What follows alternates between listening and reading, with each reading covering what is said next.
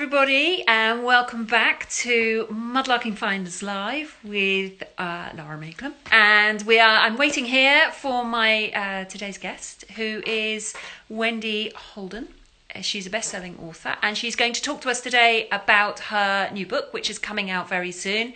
And I'm going to delve into my Cabinet of River Curiosities to dig something else out to talk to her about. So this is fast becoming a bit of a regular occurrence, these Mudlarking Finds Lives, and I'm really enjoying them. I hope you're enjoying them too. I've got some great guests lined up, and I am Wendy's calling in. She's on her way, so I've got some great people lined up in the next few weeks. So please do tune in again. And she's here, and she's cut my head off.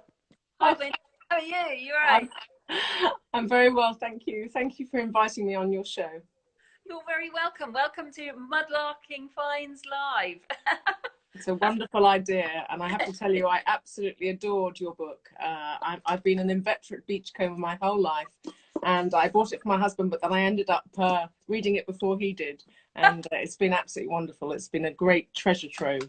Oh, fabulous. And you might even have some beachcombing finds there that we Well, yes, I mean, I'm not as prolific as you, and I don't go down to the beach, down to the foreshore of the Thames as often as I can, but I do live near the sea, and I've always lived near the sea, and so we have found a few things. This actually, pipes, London clay pipes, which I know you're very fond of, we actually found in our London garden. I'm quite fond of that one because it's got a little face. Oh, that's a beauty. That's lovely. Face on the other side. I think it's just, it's two faces. You're right, quite right. Yes. Face on either side. There's a great Instagram page. It's called the Society for Clay Pipe Research, and they're really, really friendly. And absolutely everything about. Okay. Well, I have one whole one as well. Oh, it's rather plain, but it's got a little tiny mark there. I don't know what that means.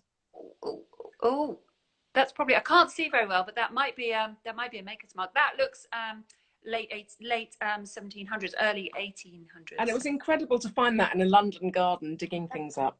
But my big thing, two things: a sea glass. I collect sea glass. Oh, you're a sea glasser, right? Okay. Which I really love, and we get quite a bit of it up here. But my big thing, and I'll show you my favourite ever one, I think, are completely spherical stones. Oh, wow! And I have this little collection of them. Wow! And you've been in Suffolk?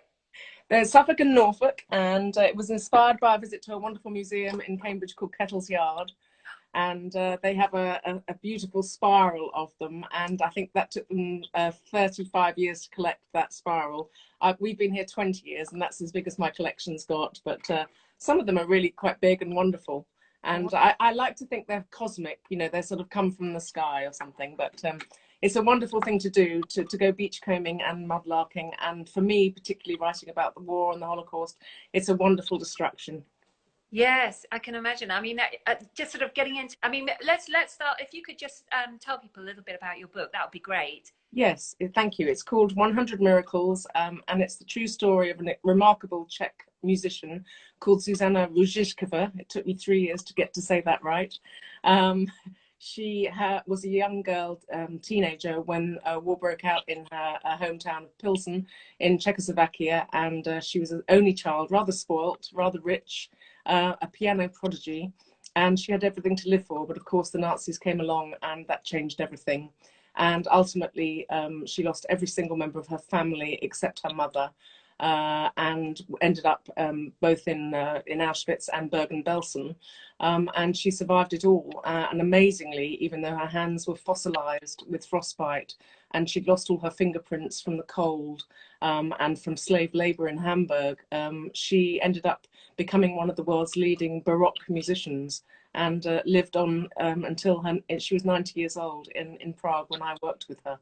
Oh, wow. That's incredible. And what was she like as a person when you met her?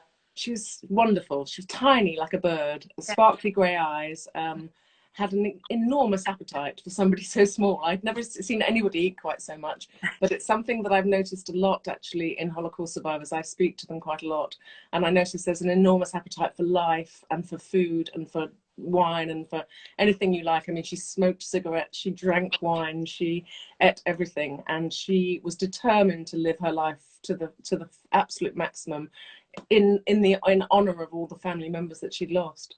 Yeah, yeah. And so what happened to her when she finally was freed? Where did she go back home? She went back to Pilsen with her mother. Both of them, I think, when they were rescued, in fact, 15th of April, very recently, 75 years ago. Of course, this is the 75th anniversary of the end of the war and the 75th anniversary of her liberation. She weighed under 4 stone, 25 kilos, and was desperately ill. Her mother was close to death.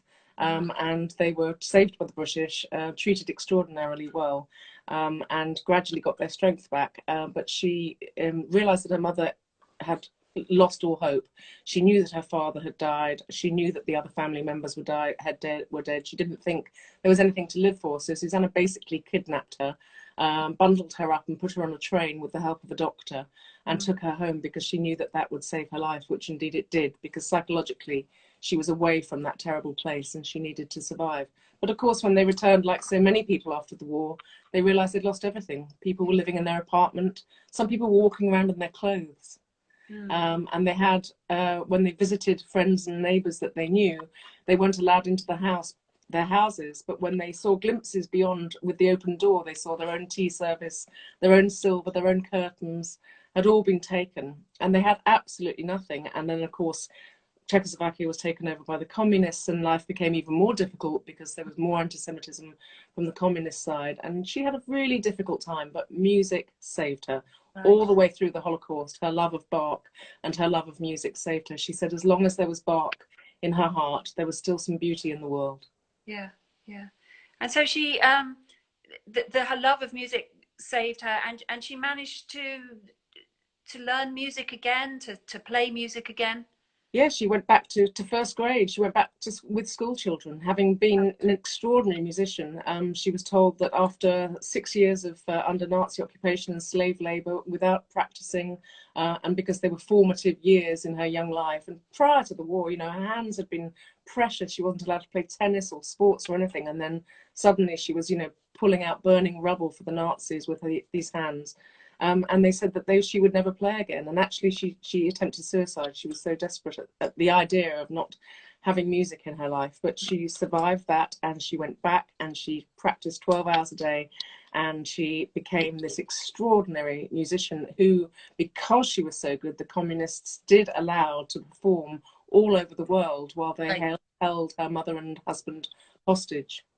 Right. So she was effectively a prisoner for most of her life. 1939 to 1989, 50 years as a kind of slave, if you like, and couldn't believe when the Velvet Revolution happened in 1989 that it happened so painlessly. After all that pain, after the war, after living under Stalinism, after all the prejudice she'd had because she refused to join the Communist Party, she married a Gentile. I mean, there was constant pressure upon her to join the party, and the fact that she didn't do that was a part of her defiance. I mean, this tiny little woman, this extraordinary little sparkly-eyed woman, you wouldn't believe she had so much sort of gumption in her, but she did.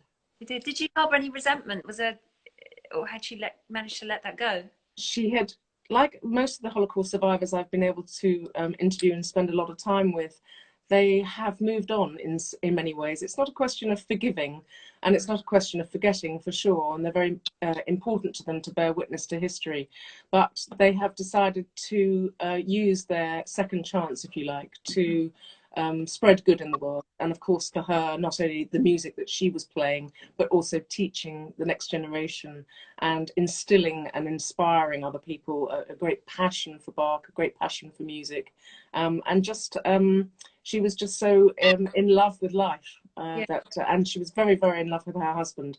Her husband was an extraordinary man who sacrificed a great deal to be married to her, and she told him time and again not to marry her, and his response was, "Never mind, I love you." And did they have children?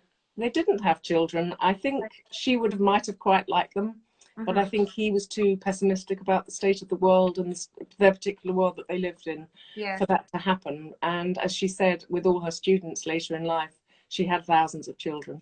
Right, yes. And that's not the first book you've written, is it, about Holocaust survivors and the war?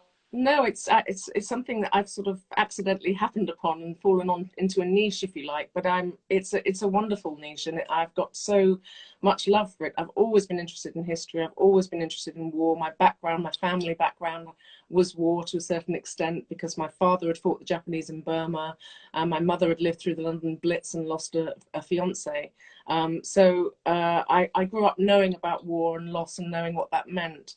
And I was also very aware that great things come out of it. I was always looking for the humanity and the inhumanity. Yeah. And so I've written several books about remarkable women in war, but my best-selling book was Born Survivors, which actually is also out this week in a special edition paperback. Right. And that's been an extraordinary experience too, because that is the true story of three young mothers who hid their pregnancies from the Nazis and gave birth in the camps. And I've been traveling and touring with those three babies, who are all 75 this month, of course. Oh wow. Oh wow, that's incredible. Well, at this point in Mudlarking Live, I usually turn to my Cabinet of River Curiosities for something that I can link in with my guest. And Yes. today I'm linking in. This is the first time I've done this. I'm going to try and put up a picture of it so everyone can see it. Okay. Okay, so here we go. Whoops. Okay, this is what I am pulling out for you, and I have it here. Now, this thing, and I'll put it back up in the corner again. Hang on. That worked perfectly, didn't it? Yeah, very good. This is a vulcanite bottle stopper. Now, we find, as mudlarks, we find loads of these on the foreshore. Lots of mudlarks, lots of this sort of older mudlarks don't bother picking them up. They're kind of, they're everywhere. They're a bit sort of like rubbish. But I think they're really, really interesting. And they date back to the, well, actually 1872 was when these were invented. And it was invented by the same man that invented the internal bottleneck screw. Bottles. So he also invented this that has a screw on it to screw in it. And it solved the problem of corking fizzy drinks, because fizzy drinks can, after a while, the fizz disappears through cork. So it solved the problem. And these were used right up to the 1970s. Loads that you probably remember them. I don't know. I do. Still remember using them. So I find loads of these. Sometimes they're so worn down, they're nothing but little sort of nubbies, you know. And I collect them, and they've got the names of all these sort of long forgotten, that was a funny noise, long forgotten bottle drinks companies. They've got fantastic names, and they've all disappeared. Most of them come from Essex or London or Kent. And then I was, a few years ago, I was up in West London for the Drawdown, which is the tidal Thames begins at Teddington and it ends out in the estuary. And it begins at the locks at Teddington. And once a year, they raise the locks and they drain out the bit between Richmond and Teddington down to nothing. So you can actually walk across the whole of the there, and it's quite good for searching around. I've never really found much more than sort of modern stuff or Victorian stuff. And I was searching through there and I found another one of these, pulled it out, swiped it off, and to my horror, actually, I saw the swastika on it. And I was really shocked by just this little symbol. I thought, okay, I'm going to research this. And I did a bit of research, and it turns out it's from a brewery in Cornwall, St Austell's Brewery, which is still making beer today. And I got in touch with them, and they've got somebody who looks after their archives and all their history. And he told me all about it. And it turns out that they started using the swastika in the 1890s, just like Coca-Cola and Carlsberg did, because it's a symbol for fertility and health. Yes. And quite happily until the 1920s, when Hitler came along and appropriated it for the Nazi party, at which point they couldn't use their stoppers anymore. And they ended up with a big pile of stoppers that they couldn't use. And along comes the war. And these are made of rubber. It's very, very hard rubber. And they make it by boiling the rubber with linseed oil and sulfur. And it creates this really hard sort of rubber. There was a real shortage of rubber. And so they had to use these. So what they did was they ground off this little offending symbol and they reused them. Must have taken for ages, all the different ones they had. At the same time, everyone else was producing these. These are war grade vulcanite stoppers with a little dip in the end, just so that people know that they weren't using quite so much rubber. So you find those as well. And so yes, that's the story of my swastika vulcanite stopper. That's fantastic. And Just the fact this little symbol could have such an effect on. yes, well, I don't know if you're aware of how it became appropriated really by the Reich. It was because a very famous German archaeologist at the time had gone to Turkey to excavate what he expected or thought was to be the site of Troy. And it was there that he found lots and lots of swastika symbols. And so when he came back, and because he was so successful and loved in Germany, the German nationalists, which were definitely rising in the 1920s, decided that instead of it meaning good luck, the infinity of creation, the revolving of the sun, and, as you said, health and fertility, it actually was a symbol of the idea of an ancient Aryan master race. And that's really why they appropriated it. But of course, it's still widely, revered in Buddhist and Hindu religion in the Far East. But of course, because of the Nazis, in the rest of the world, it's reviled. And as you say, even the sight of it, is shocking, isn't it? It's shocking now. They're not allowed to use it anywhere, are they? In Germany still? No. Yeah. I mean, it must have been during the war, just sort of seeing them appear on everything, because they put them on everything, didn't they? Just sort of seeing all these swastikas appear in your home city, it must have just been horrific. Yes, well, all the people I've spoken to, I mean, apart from the fact that Panzer tanks were coming down the high street and soldiers were marching, immediately the Germans occupied somewhere. They erected these great huge long red flags with the black swastika on it, and they were hung from every window, and so it became sort of like like you see an American sort of ticker tape parade almost, with these extraordinary banners fluttering in the wind, and they had such a revulsion towards them, and so they even couldn't bear it to see them in any shape or form for the rest of their lives. It was such a sort of strong color and strong symbol. But in Born Survivors, the 3 babies ended up being put on a train, or sorry, I should say the 3 pregnant women, heavily pregnant women, each weighing 5 stone, were put on a train, and it was a 17-day journey without hardly any food or water, as the commandant of the SS who was on board was looking for a concentration camp that was still open. It was the waning days of the war, and a lot of them were being liberated. And he wanted to destroy them. He wanted to kill these 1,000 women and several thousand others who were attached to the back of that train, this snaking train of death. And the first mother, Priska, had given birth in the factory on a plank. And the second mother, Rachel, gave birth to Mark on that train, in the middle of a coal wagon, in the middle of a deluge. I mean, just unspeakable circumstances. A tiny 3-pound baby, and she believed that she would die, and she believed her son would die. So she cried out. She needed to know the date of her son's birth and death. And it was a ridiculous request, because why would anybody know? But the women looked out of the coal wagon, and there were the swastika flags everywhere. And guards told them it was because it was Hitler's birthday, April 20. And so that's how Mark knows he was born on April 20. Oh my! Well, what an extraordinary thing! What a juxtaposition of the swastika to understand that that's when the day you were born as well.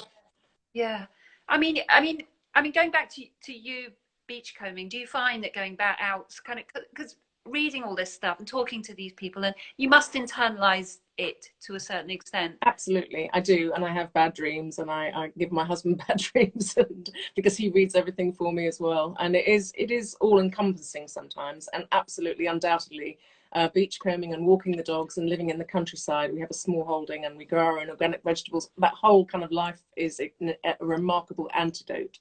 And I've learnt a lot about the Jewish tradition. I'm not Jewish, but I've learnt a lot about the Jewish traditions. And one of them is that instead of flowers on graves, they lay stones. Mm-hmm. And so when I've been researching all these different stories, including Zuzana's story, each time I go to the beach, I look for a special stone, or in the mother's case, 3 special stones. And then when I go to all the different places, Auschwitz, Bergen-Belsen, the slave labor camps, and their individual graves in different parts of the world, I lay a stone from me to them to say thank you. But it sounds very altruistic and it sounds very good, but I'm not prepared to give up my spherical ones. Mainly because they would just roll off, wouldn't they? They would roll off, yes. I mean, it has to be something that sits there, and I actually tend to look for largish white kind of oval stones, and it's actually surprisingly difficult to find them. But I feel that the purity of them, the whiteness of them, is a rather nice thing. So that's what I look for. That's amazing. You know, that's amazing that's what that you're looking for something that specific, and that's just such a great thing. Yes, well, it's a kind of mindfulness, as you know. You just lose hours. I mean, like you in your book, you say you've been late for the cinema, late for dinner, all sorts of things arriving. I'm the same, you know. I take the dogs for a walk to the beach, think I'm going to be an hour and a half, and 3 hours later I'm, you know, 6 miles up the coast, and I'm on the trail of some amber or some sea glass or something, and you just lost time. But it's marvelous for the brain. It creates that flow that people are always looking for and desperate for. Yes, I don't know about you, but I did some of my best when I was writing the book. I did some of my best thinking when I was mudlarking, and you know, 'cause your mind just goes, you just fly, don't you? And it comes to you. And so I'm sort of madly recording it on my phone as it's coming, and my best thinking, I think, on the floor. No, it's true, and I'm a sea swimmer as well, so I swim in the sea, and so I'm always, you know, that awful bit with shingly beaches when you're crawling back up the beach and your feet hurt. Even at that point, I'm still looking for a special piece of stone or glass. Read, I think. Yeah, I think so. I think so. So when do your books come out? Are they out now? Are they coming out? The special edition of Born Survivors comes out on April 30th, which is Thursday, and Zuzana's paperback comes out on May the 14th, which is fantastic to have 2 books out so close together, and 2 incredible, remarkable stories about inspirational, remarkable women. And I know people sometimes balk at reading a Holocaust book. It's a bit like bracing yourself to watch Schindler's List or something. I do understand that, of course I do. But I always knew that these stories had happy endings, and that's what sustained me. And I hope that's what also sustains the reader as they're getting through it, because you do come away feeling humbled. I do a lot of speaking in schools, and the teachers say they can hear a pin drop. They never hear that. And really? It's a remarkable, impressive thing for me to be there with one of the babies. Eva is the British baby, so she tends to do it more. And it's a wonderful thing, and they are inspired and they're humbled. And you come away thinking, well, I'm not going to complain about anything, least of all, say, being locked in my house for a few weeks. Yeah. You know, it does humble you. I mean, you can't go through your whole life thinking, you know, we're not in the Holocaust, we're doing okay. But I understand that it does help. Yeah, yeah. Well, I know you've got one sale because I told my mum all about you, and she's already ordered your book. So, well, I'll sign a book plate for her and send it to you. Thank you very much. That would be very kind. Wendy, thank you so much for joining me. This has been great. Having me. I've loved talking to you, and I'm going to buy your book as well. And good luck with everything. And thank you. Good luck with finding that. I might come up to Norfolk and look for one of those round stones. Well, I tell you what, if I find something fascinating for you on the beach, you find me a spherical stone. I'll do that. That's a deal. Okay. All right. Thank you so much. Okay. Bye-bye. Bye.